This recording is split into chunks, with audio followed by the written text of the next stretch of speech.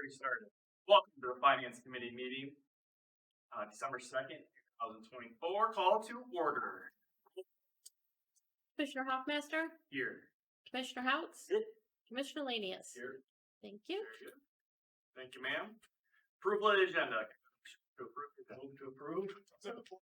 You do have two agendas. No, I took the other one away. Oh, you took the other one away? Never mind. This is an updated one. Yep. You Yeah. left me with two. What a mistake. All right. So we have a motion and support. All in favor with an aye. Aye. Opposed, the same. Public comment. Open the floor to public comment.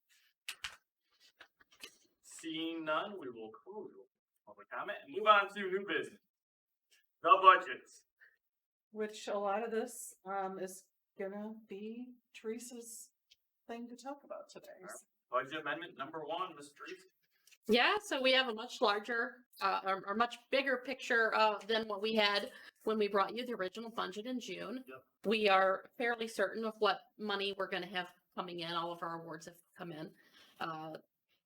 We're not 100% certain about the medical marijuana that we'll get those grants this year, but I put them in the budget just in case.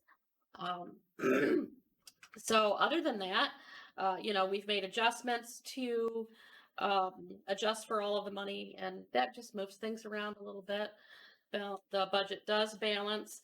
In this iteration of the budget, we are projected to use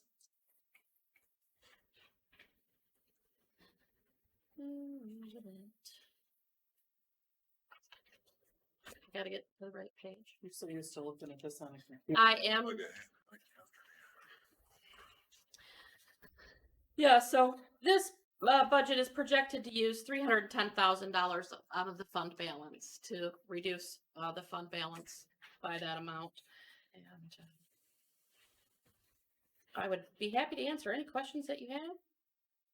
And that's all due to wages? Yeah, this budget does include a 5% increase that we're going to talk about hopefully next. But wages and other expenses. So. Get it last year's reserves. I'm sorry, I'm not sure I understand your The question. fund balance. What do we do? How much did we get into that last year? We didn't end up using it. No, I think because some of that's Medicaid cost-based reimbursement dollars, we did use that before local dollars. So we did use some money out of fund balance and did not use local dollars that will then go back into the fund balance, but are flexible and can be used however we want. Oh, county's figure. So, yeah. Good question. So just as Teresa pointed out, this does include what we're going to talk about coming up, which next is the 5%. So it's in the budget. We'll discuss whether or not, as commissioners, we want to approve that budget. It is in the budget at this point. You said you did include the marijuana, I did. and that for education, right, for Josh? Yes. We paid, Yeah, so that actually would be the same exact number we're using for this iteration of the budget. and I'm too So that would be, out there, they're gonna give that again. Yeah, So it's there's around- no reason to think that will not happen. And there's actually more money available this year. there is, but I didn't find out about it till I had this already drafted, so, yeah. Mhm. We're So- being conservative with it. What is our estimates, Teresa? Yeah, so it's, RU 212, which is Branch County's medical marijuana, which is 17,732. Hillsdale County's, which is 9,666. And then St. Joseph County, I have budgeted, 7,466. What did you guys get at the county level? Do you remember? About 800. Did you really? We got about $1 million. So what is that? Is that a percentage of what we get then, Teresa? I mean, you would think that ours would be higher. This is all from the medical marijuana cards. So this is individuals that purchase a card, and then there's a piece of it that's shoved off into education purposes. And that So goes- it's a different fund than what you're getting. Oh, okay. They come across. I get it. Teresa, on 207, my center rural health. There's a substantial difference in that. $81,778. $81,778 difference. What's going on there that made that such a great change? Yeah, so that is our community health worker program, and we had 2 staff members that we were projecting to use all year long, and one of them has since left the agency. And when we look at the budget long term and where we are, we eliminated that position for now, which is the majority of that. This question, the 81,000 is quite a change. And then, to continues my question, what is CS8CS donations? So that would be our Children's Special Health Care Services Donation Fund. So we get donations to help support families that are on our Children's Special Health Care Services program. And those donations can be used for things that Children's Special Health Care Services will not pay for. And we have reports that we do back to the donors. Most of that comes from large donors. There's specifically one large donor in St. Joe County that provides almost all of the donations. So that is what that is. We did not used to include that on our books. That's the total amount that we have sitting in that fund right now. And it used to just be part of the fund balance. And I put it into RUs, so it was easier for us to determine where that money was and track how much was there. You have CSHCS Medicaid outreach at 112, 112. Yeah. That's a 49,000. That's quite a substantial change in that also. Yeah, so Children's Special Health Care Services, we also have, that's a program where there's 2 different parts to that. That's 325, RU 325, and RU 112. And together, we look at those together, but we have to expend all of the funds in 325 before we can do anything in 112. And 112 is, we don't get as much money for that. We have to match money in 112. So the biggest change to Children's Special Health Care is the staffing. So we did have a longtime nurse retire out of that program. So her replacement doesn't cost quite as much as she did. And we also had some staffing changes, shifting people around. So the supervisor from that program is now also supervising COA. So she's got some time in the kindergarten oral health. So then you drop down to the next one, immunization, IAP 138. That also has a $47,000 change. Those are substantial changes. They are. So when we put together the original budget, we don't know how much money we have. And so we put people where we know that we can pay for them. And then as other programs come along and we can fund them more, we can shift staffing around to make that cover. So the biggest part of our budget is staffing. And so when we move people around, it can have a large impact on the budget. Okay, so then I got one more on this page, which is MCH. What is enabling children? What is that? So MCH stands for Maternal Child Health, and they break their grants down into 2 different sections. There's enabling children or enabling women. And it basically determines, are you spending the money on children or are you spending the money on women? And we made a big change to how we spend those MCH funds this year. We used to spend those maternal child health funds on immunization recalls and on a safe sleep campaign. This year, they have allowed us to change the reporting on it. So we are still doing immunization recalls, which is an MCH Enabling Children program, but we're doing it through a cost allocation. So we're doing it right through our immunization program and then allocating the cost to the MCH grant. And then the other piece of it is instead of doing Safe Sleep this year, we are doing a lead campaign. So we, investigate high lead, and we've had issues with that. So we felt like that was a elevated thing that we wanted to spend dollars on and do targeted funding. So now that lead money that used to go into RU 115 is now going into RU 345 through a cost allocation as well.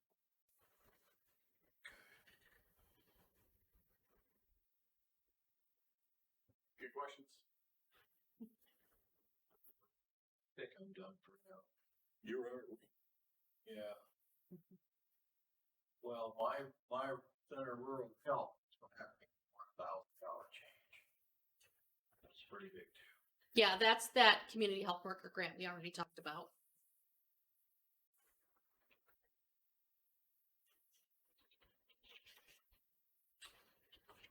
Very good. Any other questions for Ms. Teresa on budgets?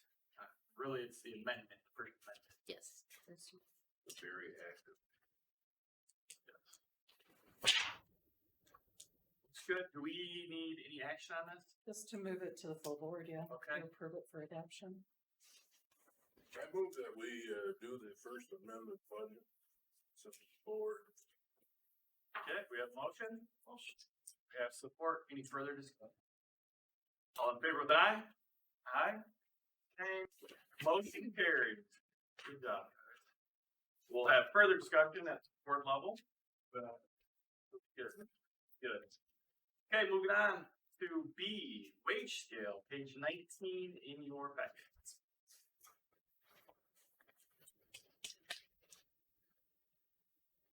Yeah, so this year, we're recommending a 5% increase. And we arrived at that number by looking at the most recent information that we have. And that was a wage study done in May of 2023. And if we do 5%, it puts us kind of right where we should be, or right where we should have been in May of 2023. We're probably still behind other health departments. I just don't have data that's more current than what other health departments are doing. So the inflation rate was 2.99. So a 3% would be an average COLA raise if it were a COLA. But we are recommending a 5% because we're still showing that we are a little bit low in our salaries compared to other health departments. And we're having difficulty, and we're having trouble recruiting people. And so we're recruiting a lot of younger staff that are right out of college because that's what we can attract.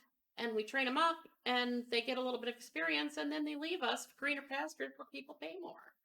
So it's kind of, it's been a challenge trying to find people and keep good people. With this department. Hasn't changed. Teresa, the 15 peers that we are looking at, are those health agencies specifically? Yes, those are all health departments. And those are those. Do we have like a kind of an idea? So we did in St. Joseph County. We're looking at a wage study also, and it's pretty detailed, which is really good. It's a good detail. But our discussion kind of internally are one of them that they're kind of pointing to was like Kalamazoo, which obviously St. Joseph County, Kalamazoo County, not going to be able to be comparable. So when we look at the averages, do we take Kalamazoo out of it because they're an outlier, because they're essentially bringing all of the wages up, or do we keep them in there? So that was kind of our discussion.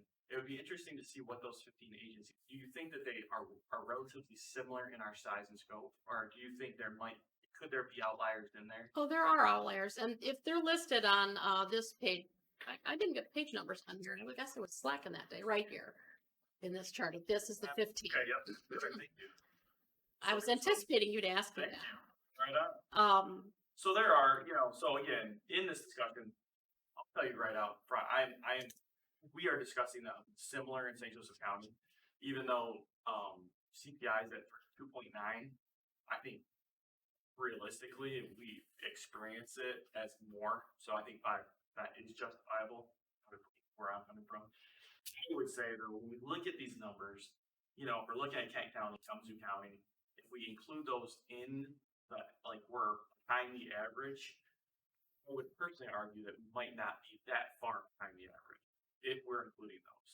You know? No, and I understand. And just for example, I know that the nurses in Kalamazoo County and in Calhoun. Calhoun County are making much, much more than what's listed here because this is from May of 2023, which means this data is actually, we received it in May of 2023. So the data is probably late 2022 or very early 2023 data. So it's already almost 2 years old. Yeah. Any other questions for Teresa? No? Yeah, we give, we give 5 last year, right? We had 7. I think. We did, depending on where you were on the scale, because we fixed the scale to make it uniform. The lowest was 7, but most people got 7. So we've tried to stay up. Yeah, And we again, worked this is- really hard to get us back from that hole we were in. It's 5%. I have. And obviously, we work with the budget. We gotta stay within our. Right. So. And it is in the budget currently as it stands. Right. Right, with $3,000 reserve. If you got 3 point million, but eventually you keep chipping away at that. And that's also our budget assumption that we are full employment, right? Right. Yes, And that everybody takes those full benefits, right? The ones that, yeah. So the budget is very conservative from a board standpoint, and us saying, hey, this is like worst case, not necessarily worst case scenario, it's a bad way to put it, but it's the most expensive case scenario. it really is. Yeah, so. Which is why I come to you at the end of the year and say, oh, we didn't spend enough Yeah, money thank goodness. because I'm a little too conservative and I'm trying to, you know, And history balance shows that. You've been short on employees for the last years, right? But Yeah. You've always had a hiring sign out, right? yes. Right. How many employees is relative to the budget for the labor, right? Right. But the problem is, it's just not even as simple as that. So if I lose a sanitarian, like a type 2 water sanitarian, it has no effect on my local dollars whatsoever because I don't put any local dollars in there. That grant pays 100% of that. If I lose somebody in our WIC program, that helps most budgets, but not all.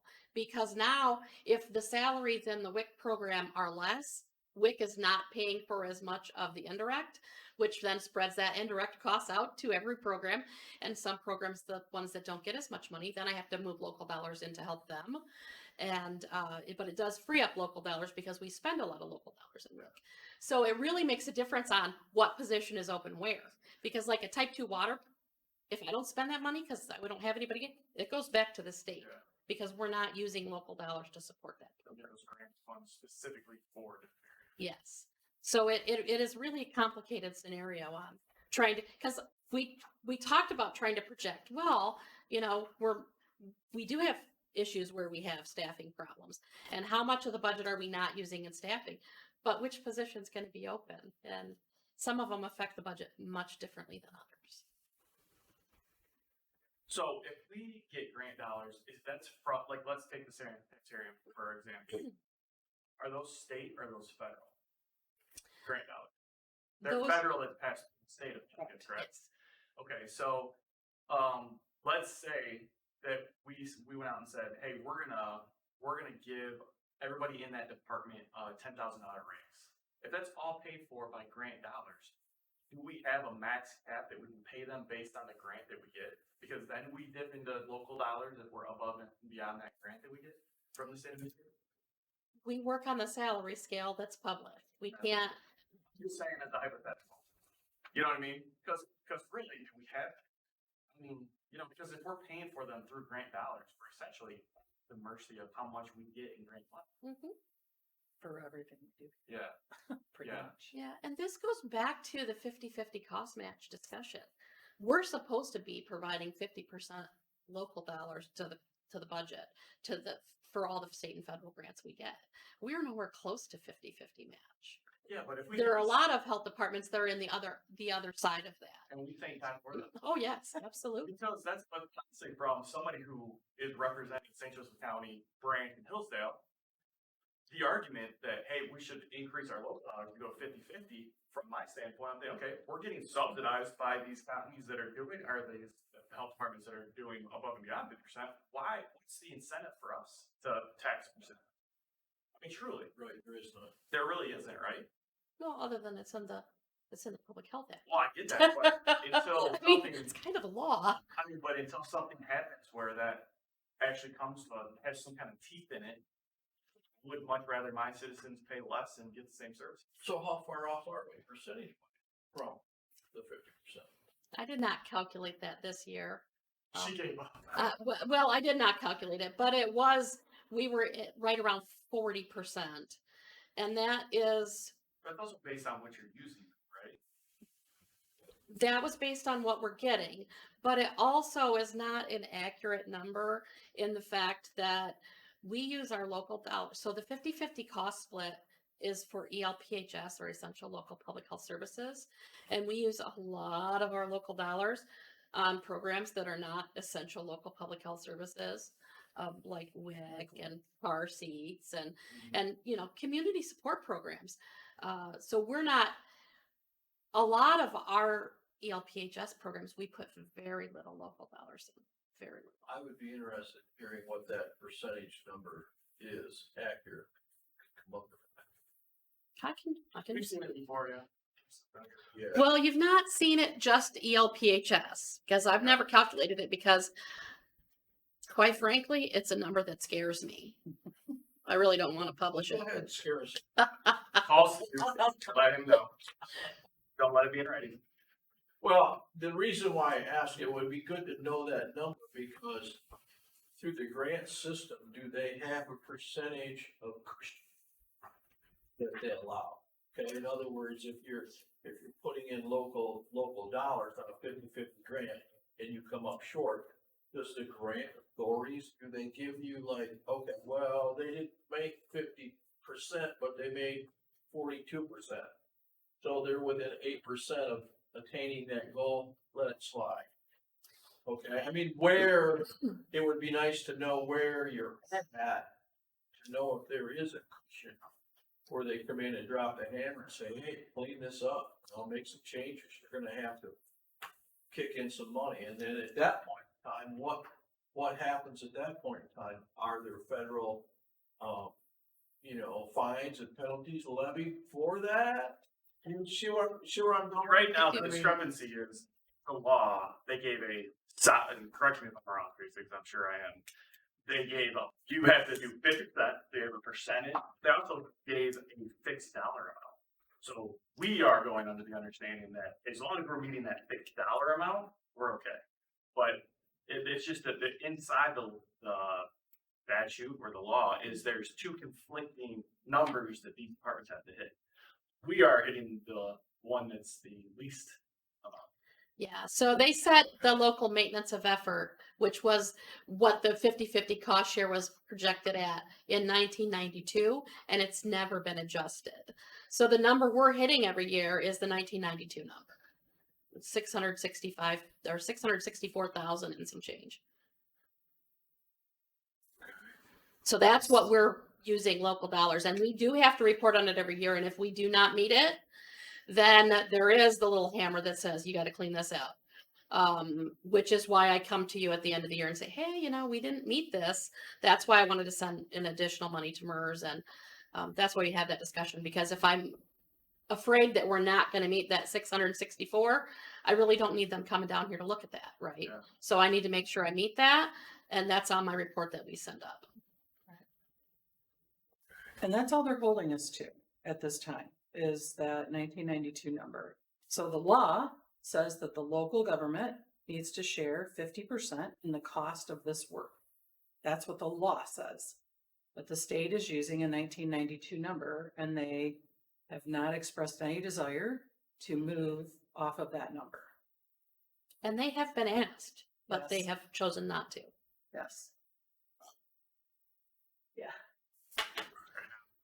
Yeah. Not be elected. Very good. Any other questions on the wage scale? Any thoughts, questions?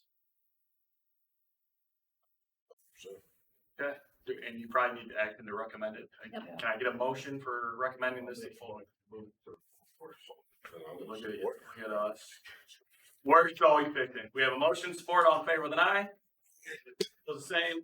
Motion carries. Thank you for putting that work together, Teresa. Schedule. This is the one that does not include Commissioner Lanius. Right. That's okay. You'll be sorely missed, my friend. Do you know who's coming out? I don't, But yeah. just to swap and share out, and you cut the top, and nothing about it. Nobody else does it. Very good.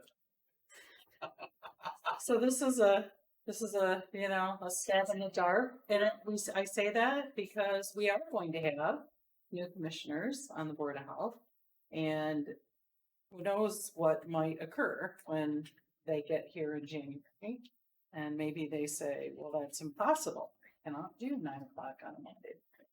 So we will see. Okay. See, Well- but this is our best guess. And the biggest issue that I wanted to discuss was committee meetings for January. We put them on the schedule, but we don't even know who's going to be on each committee or who's even going to be on the board. And some of we may just We're not- suggesting not doing committee meetings in January. It's good anyway. just bring until- everything to the full board. Until those committees have actually been set. No committee meetings, which means we would skip the normal process that we've come to where we bring things to the committee Yeah. and then they go to the board. Not that I think it's gonna be a loaded agenda. Do you think, is there anything that we should be aware of going into it? January, you'll look at bylaws. We'll look at the. I'm like, I looked at that last week. Do you You'll- think I can remember? No, I can't. You'll make appointments. If we are going to, so can we today recommend the schedule for board meetings, like excluding the finance and Yeah. program policy and appeals committee meetings in January? I think so. And that's kind of what we're asking is that Yeah. the board recognize the fact that in January, we will not have committees that have been appointed yet.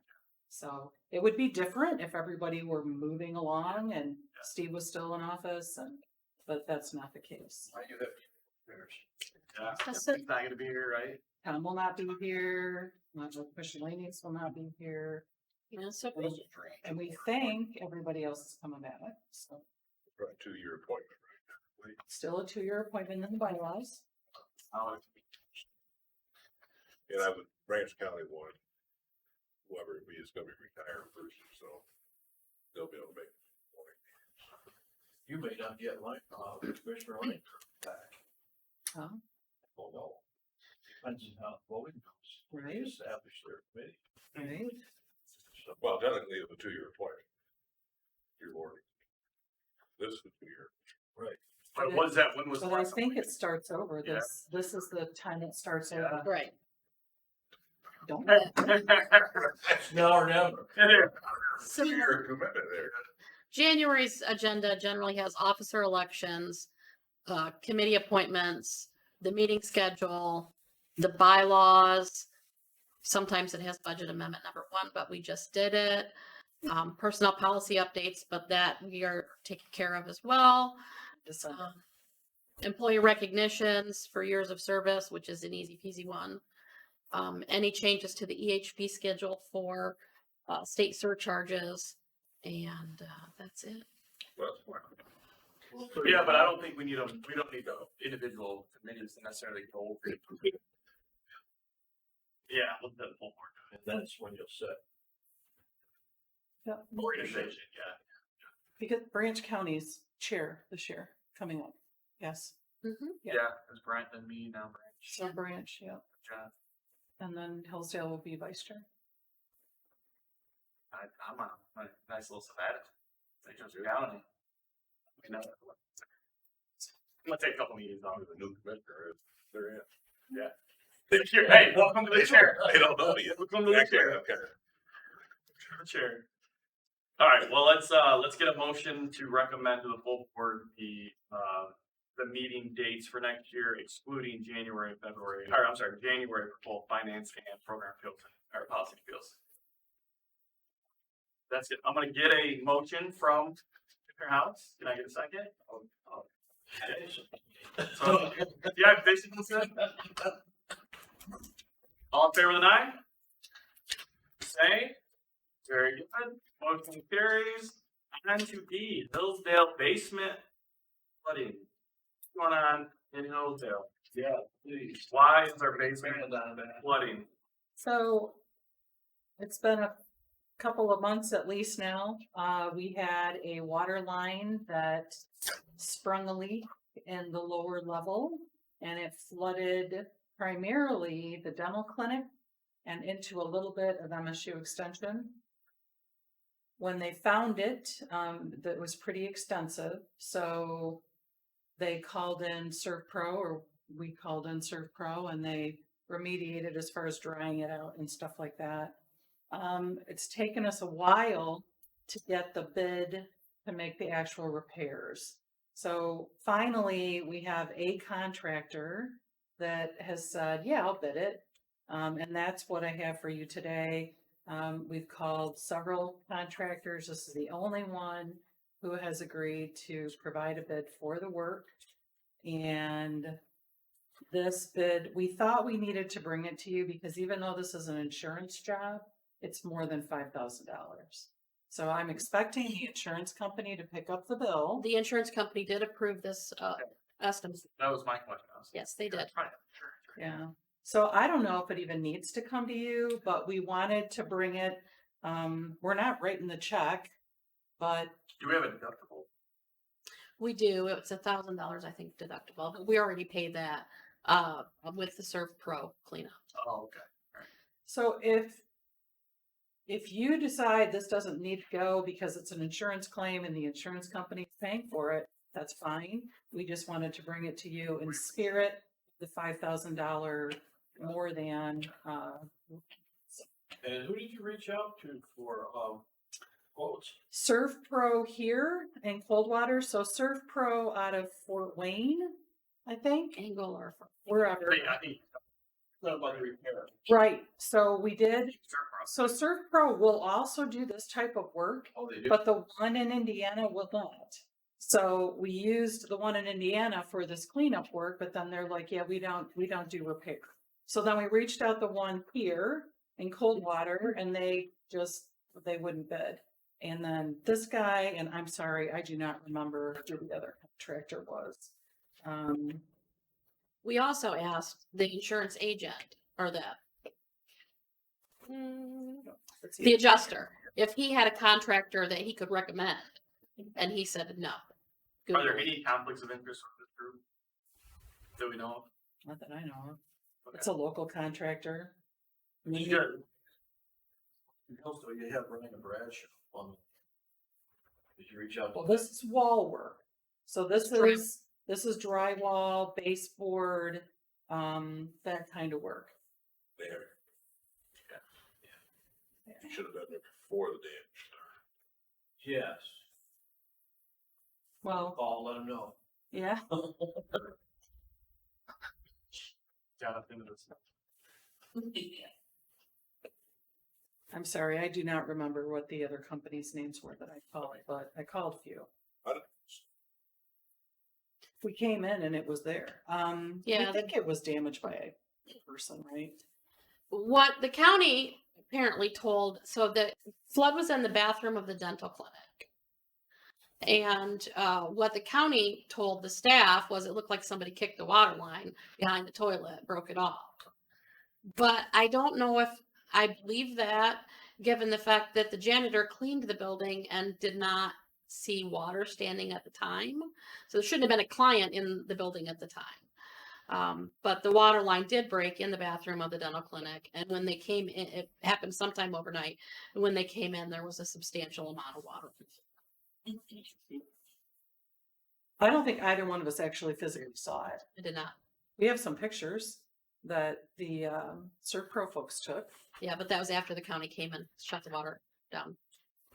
Is it? CP, oh. Water.